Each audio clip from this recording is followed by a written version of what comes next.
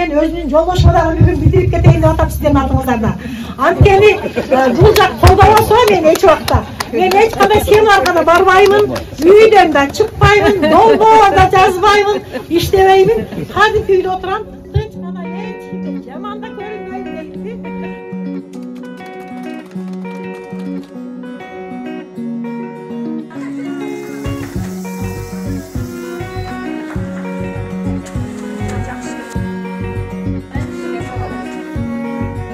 Мен Камалова Райхан, жашым 59-да, Кудай буйрса жакында 60-га чыгам. 4 баланын энеси, 1 уул, 3 кызым бар. Биздин чөйрөбүздө, жалпы эле айылдарда ушул гендер маселеси курч. Ошо Роза Отунбаева демилгеси фонду былтыркы жылы ошо гранттарга конкурс жарыялады. Анан ушул боюнча жаңы жыл жакындап калганда концепция жөнөткүлө деди. Эми жаңы жылда үй бүлөдө аябай жумуш көп болот го. Мени толук бошотуп койду. Эртеден кечке чейин отуруп туруп концепция жазууга мага мүмкүнчүлүк берди. Ошо печканын алдыда отуруп туруп концепция жазам. Булардан идеяларды сурайм, нени жазак деп да. Негетир менде айылдын көйгөйлөрү мени көбүрөөк ойлондурат да. Анан биздин айылда эч кандай бир социалдык объекти жок экен да.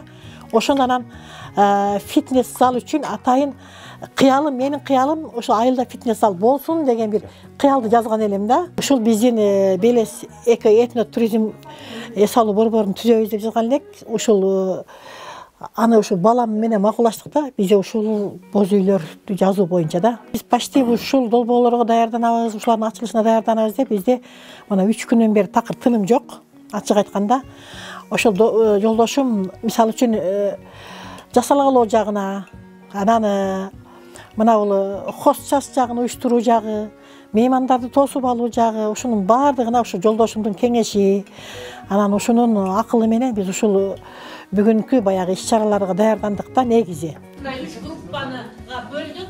Жаштарды өзүнчө 35 жашка чейинкилер азык тилекке каршы алар келе элек. Бирок немелер бул жерге келгендер 35 жаштан 50 жаштагылар уже жазыла баштады.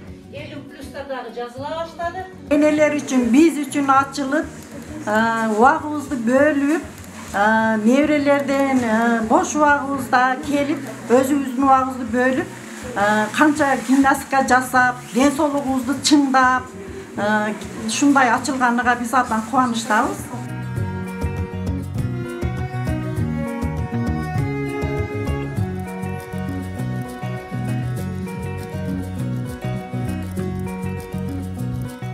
Суу жакшы болду, мына түшүм жакшы болду, Кудайга шүгүр. Кудайым берекесин берсин. Негизи аялдарга мүмкүнчүлүк берүү маселесинен эркектер коркот да. Себеби биз аялдарды дейт иштетип койсок же окута берсек, булар бизге үстөмдүк кылып алат деген бир тескери пикирде жүрөт негизи да. Аял үйдө отуруш керек, аял бала тарбиялаш керек. Аял эч кандай жашагандан кийин ошо эркектин чеги менен болуш керек. Кечээ бир кыз айтып атпайбы? Туруш курганга чейин алтыным элем, азыр катыным болуп, мен эч жакка чыкпай калдым дейт да. Бул сөзүндө жаны бар экен да. Көрсө, ушу баягы эркек заты ушундай бир эмени карманат экен да. Ушу аялдар бизге баш ийет. Жолдошум экөөбүз чогуу окууларга бирге барабыз. Жолдошум мени азыр эч кандай окууларда тоскоолдуксуз жөнөтөт. Платный, бесплатный ага карабайт. Баарына бар окуп келип атамын. Окуп келүү менен мени бир гана өзүнүн үй бүлөбүз эмес, ушу айыл үчүн дагы дайыма иштегим келет. Былтыркы жылы 7-чи чакырылышта депутат болдум айылдык кеңеште. Ошондо дагы мен көптөгөн биздин аялдарда айылда ишке ашырылбай келе жаткан маселелерди көрдүм. Эркек депутаттар көбүнчө инфраструктураны карайт экен, анан айыл өкмөтүнүн бар бюджетин бөлүштүрүүнү. Ал эми аял депутаттар болсо, бул айылдагы аялдардын көйгөйүн көтөрүүгө көбүрөөк аракет кылат экенбиз. Социалдык долбоорлорду жазганга аракет кылат экенбиз. Бул жагынан да биз эркектердин жардамына муктажбыз. Ошол маселени көтөрүп келгенде мен көбүнчө жолдошум менен макулдашып, акылдашып, ушундай болуп атат дегенимде, мындан баягыдай биз аялдардын көзү жетпеген көз караштарды үйдөн эркектен угат экенсиң да. Ошол жакта мен көп колдоолорду алдым. Ошол Роза Отунбаева демилгеси фондуна мен бирден бир ыраазымын. Булар менин жашоомду өзгөрттү десем болот да. Былтыркы жылы бизди көлгө ПСИР программасы боюнча окууга чакырышты.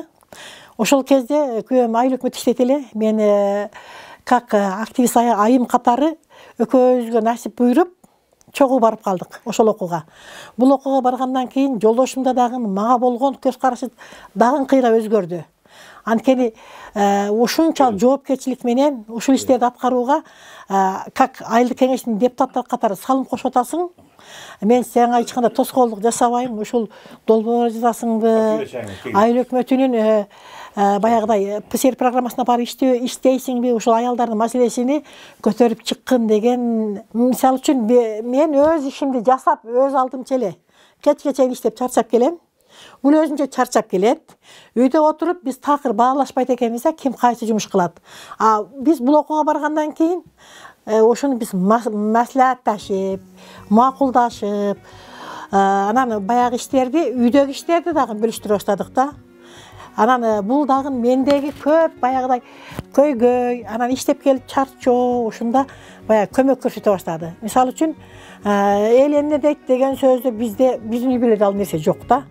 Bizde el emne deyit, bizde misal üçün bizde bul ayalga jardam berip koydu, же болбосо бул туура эмес кылып атабы, андай сөз жок bizde.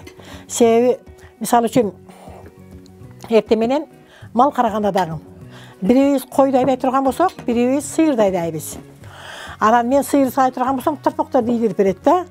Анан тамактанганда деле биз чогуу отуруп алып, кээ бир тамактарды чогуу жасай беребиз да. Мисалы үчүн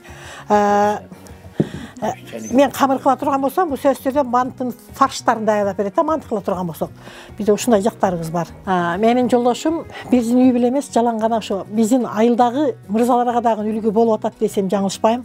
Себеби ошол аялдарды колдогондо өздөрүнүн үй бүлөлүк социалдык, экономикалык абалына дагы аябай жакшы жардам болот экен да. Жана бизге Күмүшай деген кызыбыз барды, өзү кесип медсестра.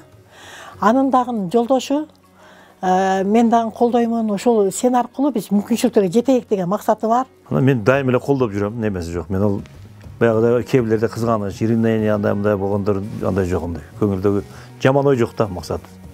Барып келген жерде жакшынака маалыматтарды алабыз. Үй бүлө менен кантип биз да үй бүлөдө да ушунчалык эме колдонуп көп нерсени үйрөнүп атабыз, чыныгы да үйдө колдонгонгочу. Келген опыттарын алмашып бири-бирибиз менен.